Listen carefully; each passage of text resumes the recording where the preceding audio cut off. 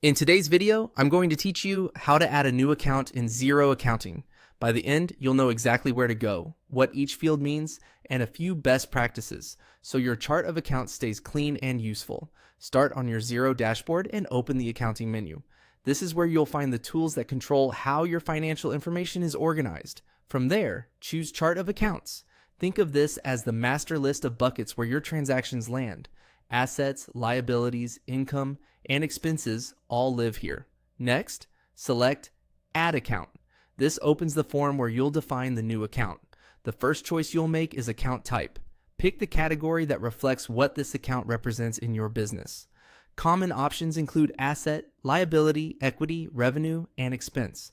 Choosing the correct type ensures reports like your profit and loss and balance sheet display accurate totals. So take a second to get this right.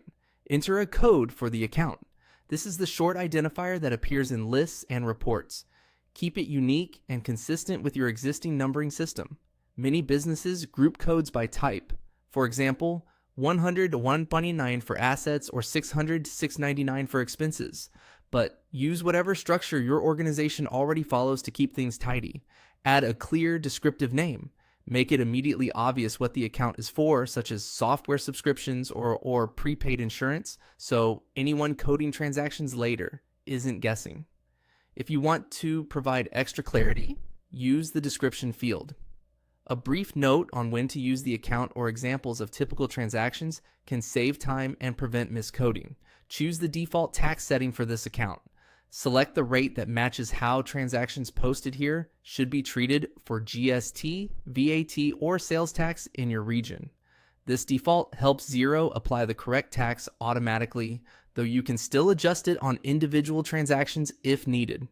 If you're unsure, check your local rules or accounting policy before proceeding. You'll also see a few optional checkboxes.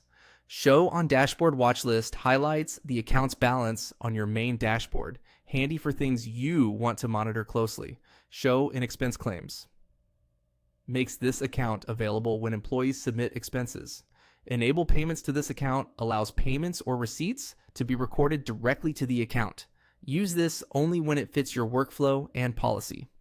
When everything looks good, click Save. Your new account is now part of your chart of accounts and ready to use. You can always return to edit details later if your needs change.